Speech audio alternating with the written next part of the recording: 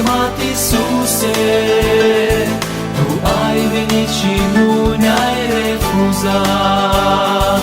Ne-ai dat nădejde și speranțe vie, ca să trăim cu Tine în veșnicie. Doresc să-i cânt lui Iisus, aleluia, Celui ce m-a răscumpărat. Mereu lui de-i cânt, aleluia, căci de la moarte m-a salvat.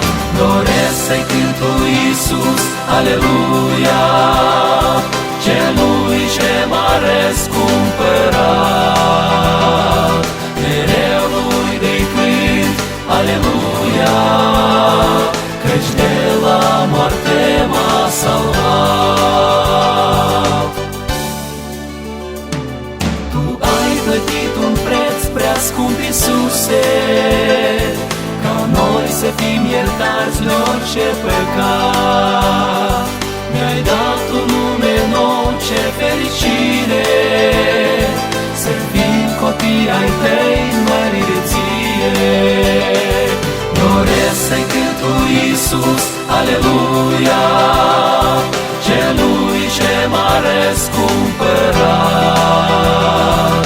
Mereu lui de-i cânt, aleluia, căci de la moarte m-a salvat.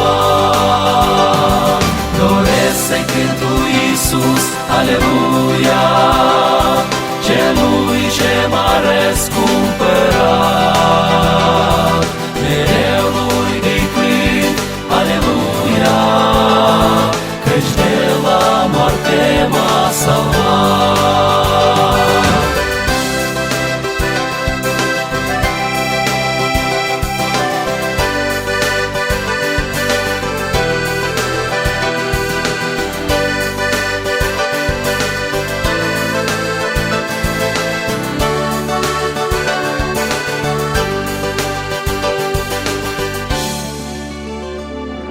Ajută-ne ca noi să fim lumină, putere dă-ne, Doamne, să lucrăm.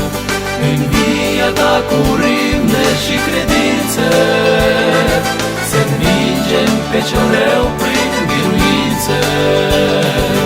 Ajută-ne doar, Doamne, să trăim o viață sfântă, plină de Duh Sfânt, și niciodată să nu șovăim, și pentru toate ca să-ți mulțumim.